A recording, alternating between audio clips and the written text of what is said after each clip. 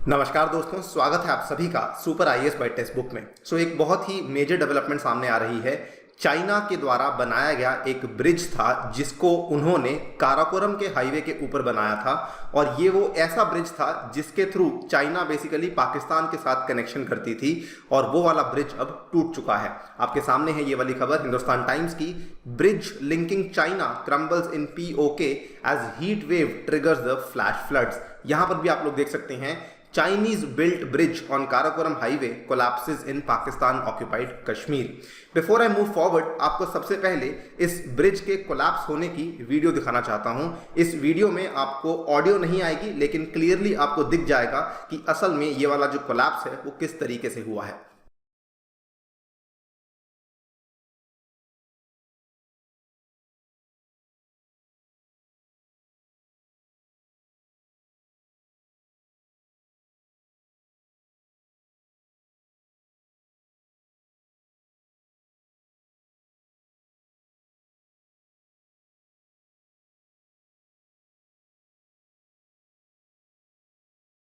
I hope आपने video देख ली होगी और आपने देखा होगा किस तरीके से जैसे एक पैक ऑफ कार्ड्स होता है उस तरीके से ये पूरा का पूरा जो ब्रिज है वो यहाँ पे फोल्ड होकर गिर गया। बताएंगे आपको कि ये ब्रिज एग्जैक्टली कहाँ पे लोकेटेड था, और इससे ऑल्सो डिस्कस करेंगे कि और क्या क्या कंसर्न्स हैं जो कि यहाँ पे सामने पेश करे गए हैं। चलिए शुरू करते हैं दोस्तों मेरे साथ। मेरा नाम है अनिरुद्ध। यदि आप लोग इस लेक्चर की पीडीएफ को डाउनलोड करना चाहते हैं तो यहाँ पर दिए गए टेलीग्राम चैनल के माध्यम से कर सकते हैं।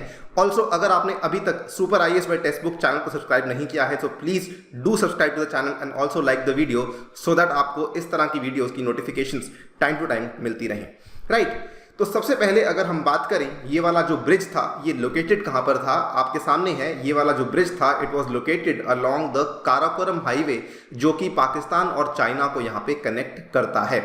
इस ब्रिज का जो नाम था, इसका नाम था हसनाबाद ब्रिज, और ये असल में China Pakistan economic corridor, popularly called as CPEC, उसी प्रोजेक्ट के तहत इसको यहाँ पे बनाया गया था। लेकिन क्योंकि यहाँ पर जो ग्लेशियर की मेल्टिंग है वो काफ़ी ज़्यादा तेजी से हो गई, जिसकी वजह से यहाँ पर एक फ्लैश फ्लड देखने को मिला।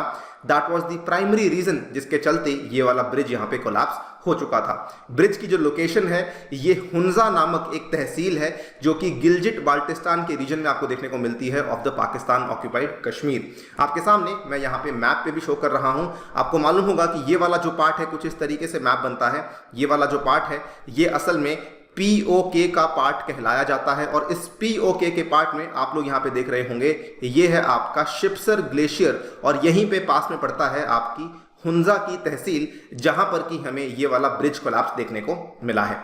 आपके सामने एक और फोटो दिखा रहा हूं, ये आप देख पा रहे होंगे, ये असल में फोटो है काराकोरम के हाईवे की, जो कि स्टार्ट होता है चाइना के काशगर नामक एक जगह से, और ये जाता है नियरली इस्लामाबाद के आसपास, जहां पे आपको मालूम होगा अबोटाबाद के नाम से एक जगह है। ये वाला जो काराकोरम हाईवे है ये इतना बड़ा हाईवे जो कि यहाँ से कनेक्ट करता है, ये यहाँ तक पहुँच के जाता है, और इस हाईवे के ऊपर आप लोग यहाँ पे देख पा रहे होंगे ये है आपकी हुंजा के नामक जगह, जहां पर आपको ये वाला ब्रिज देखने को मिला था, जिसकी वजह से अब ये वाला जो ब्रिज है अब ऑलमोस्ट वहां पे टूटकर खत्म हो चुका है।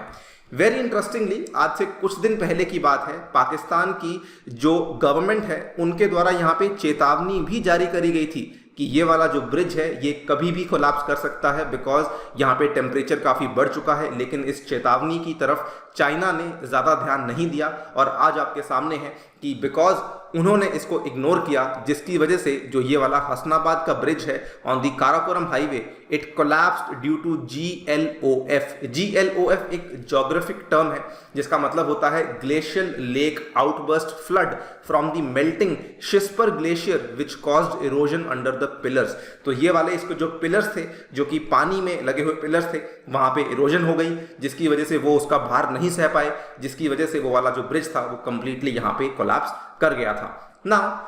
हैरानी वाली बात यहाँ पर यह भी है कि ये कहानी का अंत नहीं है, बिकॉज यहाँ पे ग्लोबल वार्मिंग हो रही है, बिकॉज यहाँ पे ग्लेशियर्स जो है बहुत तेजी से मेल्ट हो रहे हैं।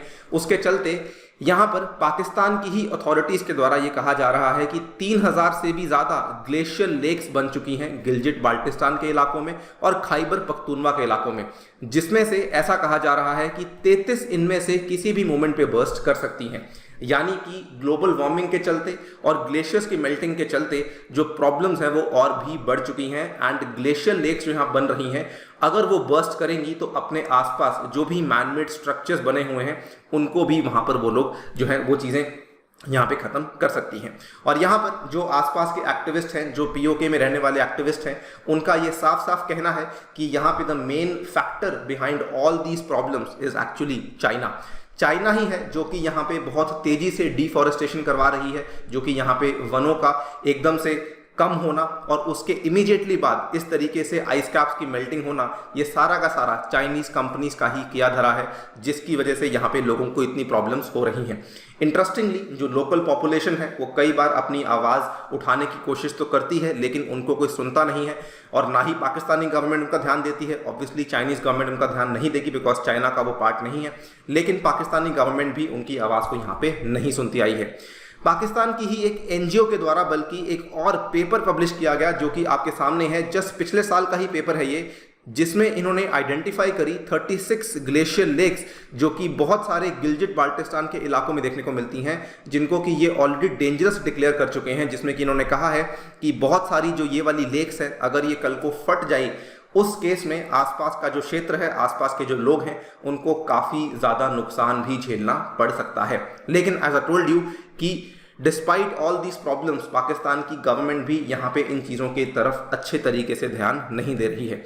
बल्कि अगर आप यहाँ पे देखेंगे, चाइना की जो गवर्नमेंट है, जो यहाँ पे चाइनीज़ की कंपनीज हैं, वो असल में जो भी यहाँ पे टेक्निक्स इस्तेमाल कर रही हैं वो भी सही टेक्निक्स इस्तेमाल नहीं कर रही हैं। They are using unscientific techniques for their projects, जिसके चलते यहाँ पर जो ग्लेशियर्स का आउटबर्स्ट है उसकी संभावना भी काफ़ी ज़्यादा बढ़ चुकी है।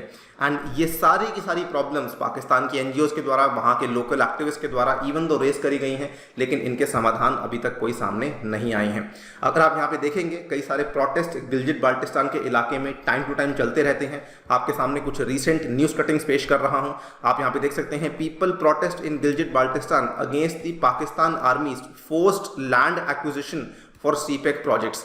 ना इस तरह की खबरें भी सामने आती हैं। ये खबर जो है 9 अप्रैल 2022 की है। और एक और खबर सामने आई जस्ट आज सुबह की ही बात है, protest in Gilgit Baltistan over secret land deals with China.